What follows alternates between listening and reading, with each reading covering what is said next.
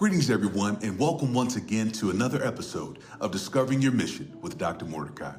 What happens when leaders are expected to carry excellence, representation, resilience, and invisibility all at the same time? What happens when someone is called to lead within systems that were not originally designed with them in mind?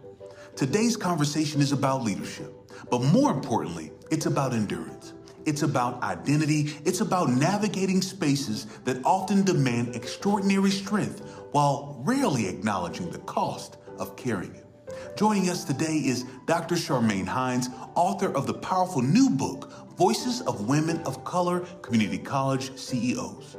In this episode, Dr. Hines shares deeply honest reflections surrounding leadership taxation, hidden curriculum, representation, political navigation within higher education, and the emotional realities experienced by women leaders across our nation. But this conversation is not just about presidents and chancellors.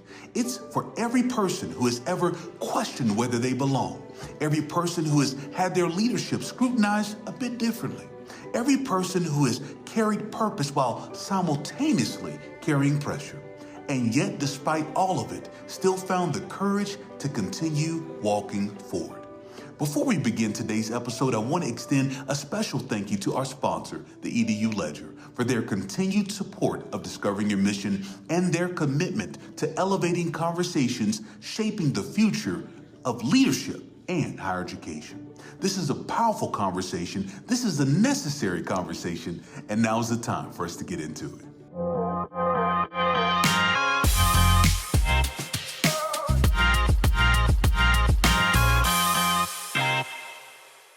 Greetings, everyone. Once again, it's Dr. Mordecai, and here with Discovering Your Mission with our special guest.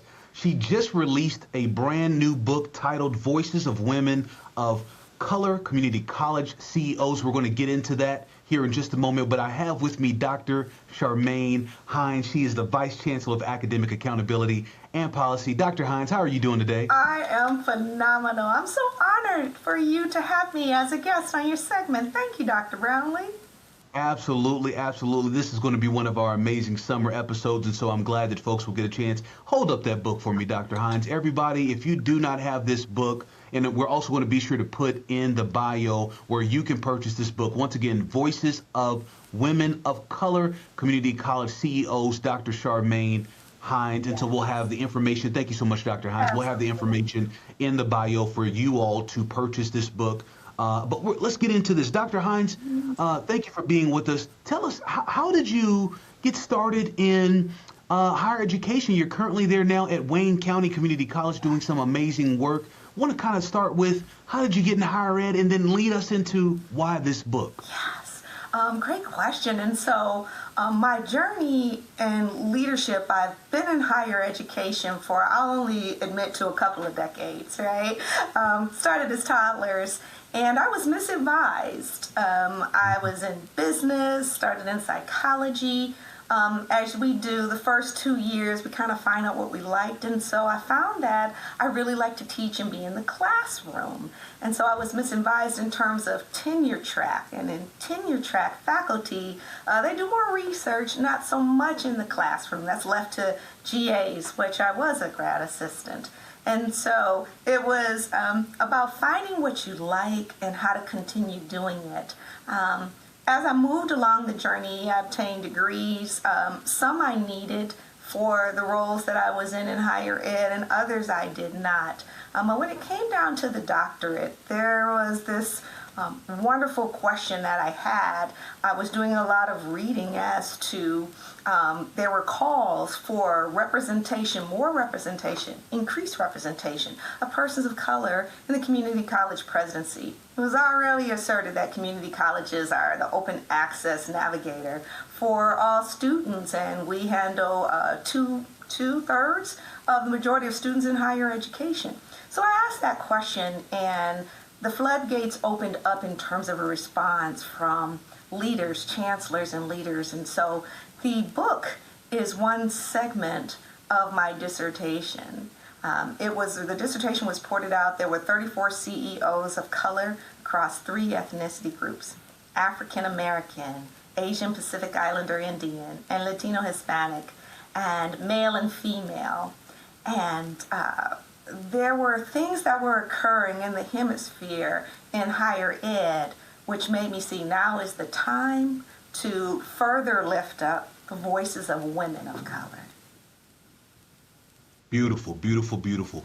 I've got to ask this follow-up to the book. I remember the first time reading the book, The Chocolate Truth, right? Now, remember, unpacking those realities. I can only imagine, and just so you know, if you're watching this, listening to this, my copy is on the way, so I'm looking forward to reading this book. But before having the honor of reading it, let me ask you this, the hard truths. I can only imagine what you have been exposed to in terms of hearing the voices of these women CEOs of color. What are some of those hard truths that you've had to unpack in this book? Their hard truths were of resilience and stamina and grit. And what I found, the book is a byproduct of having a responsibility. They entrusted me with their voices. True enough, it was for research design. But I had a responsibility to take that richness because, again, these were voices that had not been heard. And so higher education and society and institutions still render persons of color and also women at the intersection of race and gender as invisible. So to hear their trajectory and to understand what are some of those hard truths of being the only, of being invisible, if we are in the room of being tokenized, of having our leadership scrutinized in different ways that our counterparts would not be scrutinized, either by gender or by ethnicity, and what it really means to hold core to their value. Why are you, Dr. Mordecai, doing this work, and how to sustain and nourish yourself, right, in this work? So it was a responsibility to share those hard truths with others in the book. Did the impact of their responses, let me say this another way, did their responses have an impact on your leadership journey, how you view leadership? After you put all of this together, what was that personal impact for you? The personal impact was that I felt seen. Here I am I interviewed only chancellors and presidents. And they were all very seasoned. For the book, I actually opened the floodgates up and added more women voices, right, even since my original study. And they nourished me. They referred to me as, sis, you understand this. You're doing this. Now, I do not have the title of a chancellor president, yet they saw me. They brought out attributes that they knew of. And so it was that community that they brought. And I felt nourished. And it was even to my editors, who were also females, who said, hey, you know what? Your voice is missing in this book. And I said, my voice is not important. It's important to get their voices out. And my editors, thanks to Autumn Arnett, editor in Women in Higher Education, and others, who said, I wish I had somebody when I did my book to address my crown and give my voice. And that's what I'm going to work with you. And so it was so familial, so giving, so nourishing. And that's what we do as a community of people that I also thought was important, that they were giving in the book. Those truths, they were being nourishing, how to help people navigate what could be, is it a cliff or is it a glass ceiling? But how to navigate it and not get shattered or impaled, as the title of one of the chapters is. Thank you so much for sharing that. Let me ask this question, the spirit of even discovering your mission for those that are just watching this for the first time because you wanted to support and listen and hear the words of Dr. Hines. We created this podcast as a means to say, too often when we go to these annual conferences, these different regional, state, national conferences, that we don't get a chance to really connect. We go to presentations. If we're lucky, we may get a coffee or a tea with someone, but we really don't get a chance to learn from those that we wish we would have learned from. And so the spirit of this is now we get a chance to sit down and really unpack who the person is what's led them to their scholarship or the work or the impact they're making. in this particular case, I can only imagine that the passion of this book, Dr. Hines, came from a space and place where you wish information was shared with you, perhaps earlier in your journey. And just to kind of get into your own personal journey here a bit, what was perhaps something in the book that shined a light on what you wish somebody would have told you? It could have saved you some time. You're absolutely right. What I didn't understand is that higher education and the academy are not built on meritocracy, where their power, position, and rewards follow individual abilities and talents and effort. But instead, it functions as an elitist system. And that elitist system has gatekeepers. And those gatekeepers are designed to replicate existing power structures. I actually left business and corporate and I said, education, it's not political. I remember coming here to Wayne County and I said that, and in an e-cabinet meeting, and my chancellor said, it's all politics. He was like, here's the book. And I'm like, I have read a lot of books, haven't read that one. I thought I was escaping political realms. And so leaders describe systems in place that are designed in the academy to keep some persons in and to keep other persons out. Persons of color in particular, women of color historically, continue to advance beyond these systems, but we advance at documented cost. And what I found was interesting is that women carry taxation cost. All right, taxation as a legal term is a technical process of when you shift financial burdens to a losing party. And then there's a financial term of when you're taxed, right? This is tax season on your income and your profits and your investments. But taxation cost, as it relates to women of color, refers to hidden cumulative cost of navigating structural systems of racism and sexism. It can often describe uncompensated professional and emotional labor that's required and that drains us, persons of color like yourself, of resources that is much needed to sustain an institution's power structures. But that's by design and that's inherent in these systems. And so in the book, the women chancellors and presidents, they describe those systems and those structures in place that are taxation costs, that are exhausting, that are taxing, and that they erode our confidence, our leadership, and our ability to, and they manifest themselves. Here's a key. This was a key chapter. They manifest themselves in the form of physical, mental, and a psychological toll. So one thing, I'll share with you some quotes as we go along the way, but I'll just pause right there. This episode of Discovering Your Mission is brought to you by The EDU Ledger, a leading publication committed to advancing the conversations shaping today's higher education landscape. From innovative practices to policy insights and leadership perspectives, The EDU Ledger brings clarity to the issues surrounding educational opportunity that matter most. To stay informed and engaged, visit theeduledger.com. Now, let's get to today's conversation. So many that watch and listen to this podcast, they're either current sitting presidents, but many of them are aspiring. They are aspiring to be a president, a CEO one day.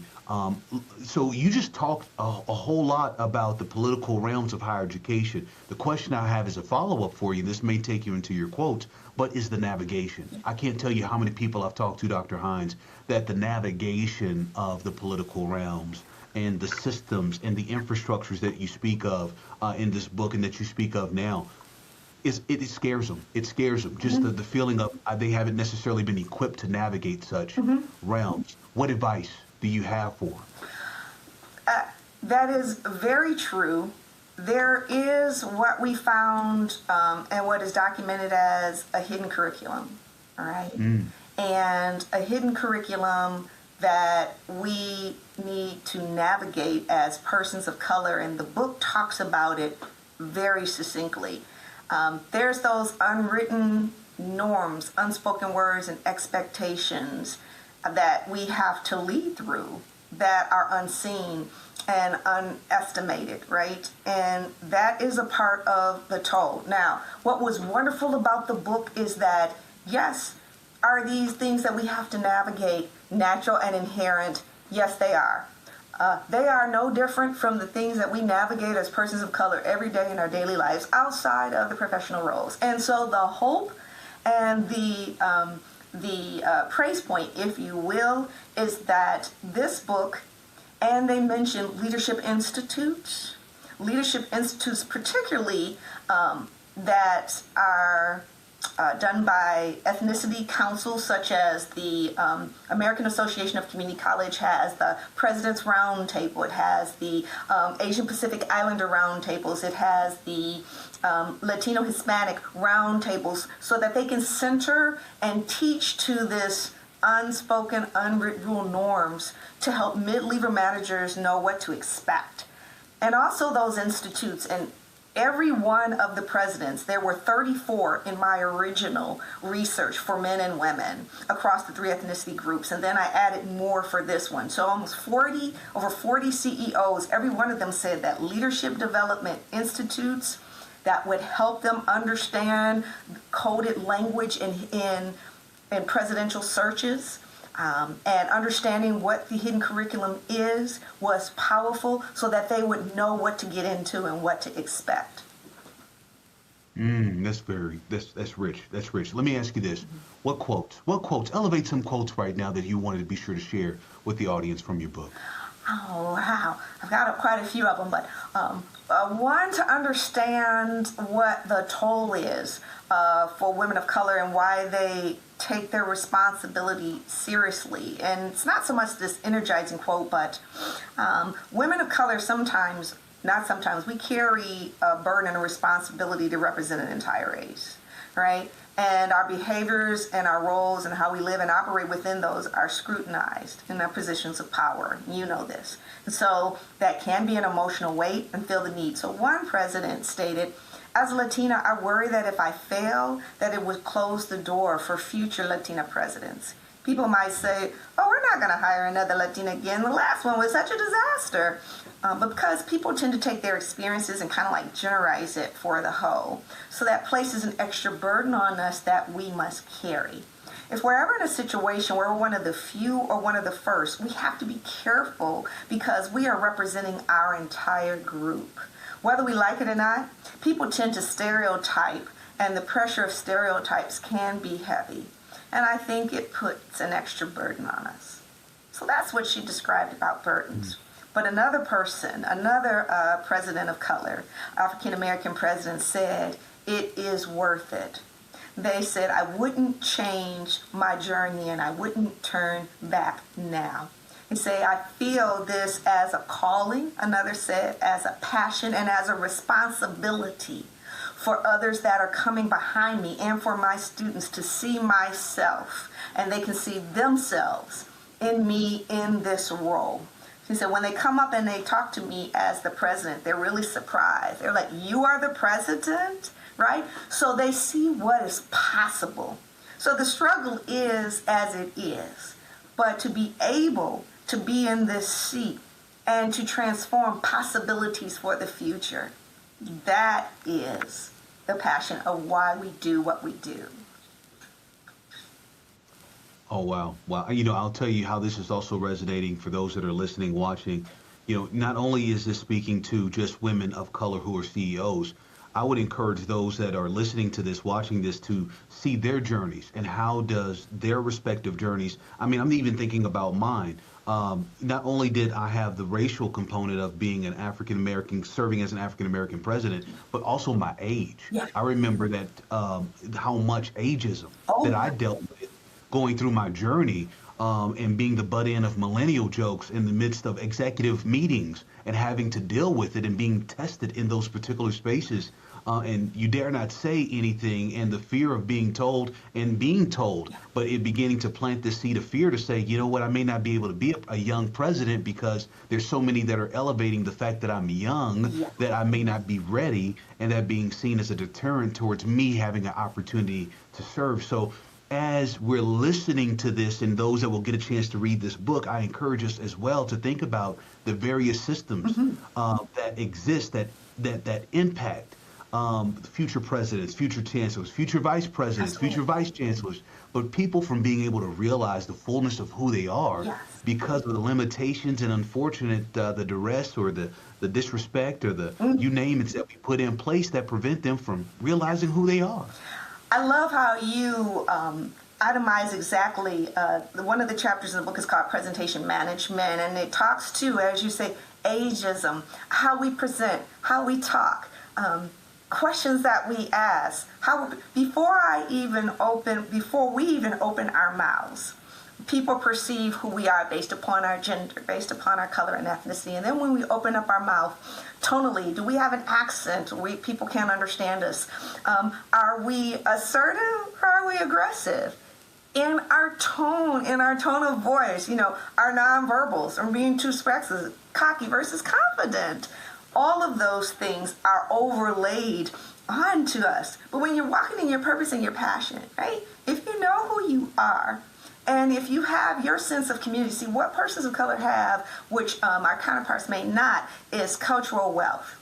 Cultural wealth is actually a form of asset, right? We are nourished by different groups. This book, they nourished, and the women in it talked about all of those things and how to scale and navigate the institutes of leadership that we may belong to and that help prep us for the positions and those things that we are aspiring to. They're done with intentionality to nourish us. It's almost like when our students sometimes coming up in the high schools, they have programs for Scared Straight so that they can prevent them from going awry. Well, when we talk about contracts and finances, there are persons in our leadership training where they scare us straight, and they give us a response that is shock value so that we can be prepared for when those things happen. They don't have to shock us or alarm us, right? But we can be ready for it, and it is there, but it's navigable. Yes, indeed. Yes, indeed. Let me ask this question as we're coming towards the end of our time together. 10 years from now, 10 years from now, someone reads this book and is still making impact, I'm sure, certain years from now. But 10 years from now, what do you hope has changed? That your book has elevated, that you're saying, 10 years from now, this shouldn't be an issue. We really should have moved past this. What do you hope for that change to be 10 years from now? My vision for progress is that 10 years from now, the hope is that the book reads as a historical account of what we've overcome versus a reoccurring warning. We're underrepresented, and unlike the epilogue, which highlights the advancements we've made, but there's a sobering gap between the progress that we desired over 113 years ago. I started from the suffrage movement, and for women, right, to be able to be seen and to be as human and to have the vote.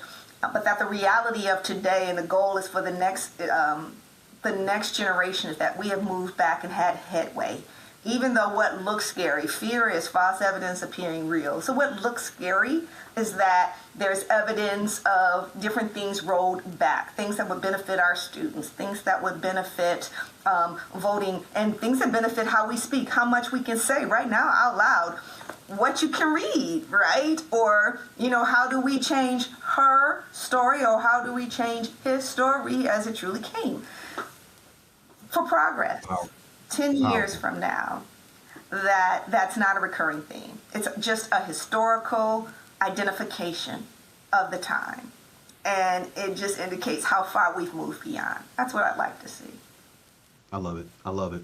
As you know, Dr. Hines, and to our audience, the name of this podcast is Discovering Your Mission. We love to close out our time with our guests by asking one central question, that is what is your personal mission statement? So, Dr. Hines, what is your personal mission statement and why?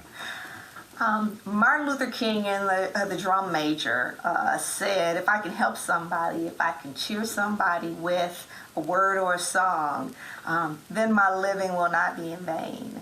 And life is short, as the psalmist says, tomorrow is not promised, and a kind word is as honey, offering nourishment and healing to the soul. So lead and let love has its power, because love can cover a multitude of faults, but be purposeful in your intent.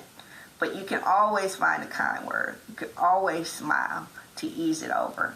So live on purpose for today for somebody else so that they can make it through until tomorrow. What a great way to end our show. Ladies and gentlemen, Dr. Charmaine Hines. Please hold up that book for me one more time, Dr. Hines. Author of the book, Voices of Women of Color, Community College CEOs, as well as Vice Chancellor of Academic Accountability and Policy at the Wayne County Community College. Thank you so much, Dr. Hines, for your time. Thank you so much, Dr. Brownlee. I appreciate all you do.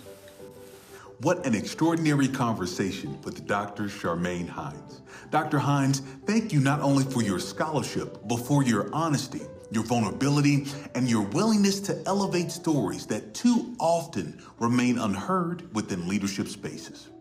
Today's conversation reminded us that leadership is not simply about titles. Leadership is often about what people survive quietly while continuing to serve others with excellence. As we close today's episode, there are 3 powerful takeaways I hope remain with our audience long after this conversation ends. First, representation matters more than many people realize. When students, professionals, and aspiring leaders see themselves reflected in leadership, it expands what they believe is possible for their own lives. Visibility creates a sense of permission. It creates possibility.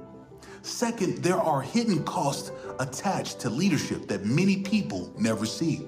Dr. Hines spoke powerfully about taxation and emotional labor and political navigation and the burden many leaders carry while trying to lead their institutions forward. And yet, despite those realities, purpose still calls many leaders to continue serving anyway. And third, community is essential. None of us are meant to navigate difficult journeys alone. Mentorship matters. Leadership development matters. Spaces of nourishment matters. We all need people who remind us who we are when systems attempt to convince us otherwise. And perhaps that is the thought I want to leave you all with on today. Never confuse the resistance you experience with the absence of your calling. Some of the greatest leaders in this nation almost talk themselves out of their very sense of purpose and historical significance because systems and circumstances and criticism or fear convinced them that they did not belong. But purpose has a way of speaking louder than rejection. And when you choose to continue walking your journey anyway, eventually it becomes larger than yourself. It becomes a bridge for someone else. It becomes hope for someone else. It becomes representation for someone else. And that is why conversations like this matter. I want to continue to thank our sponsor, the EDU Ledger, for all of their support in continuing to share and spread this message on Discovering Your Mission. And if this episode was a blessing to you in your journey, please head over to itsdrmordecai.com for more content, podcasts, and information. Until the next time, continue to live with purpose, continue to live out your mission. Take care, everyone.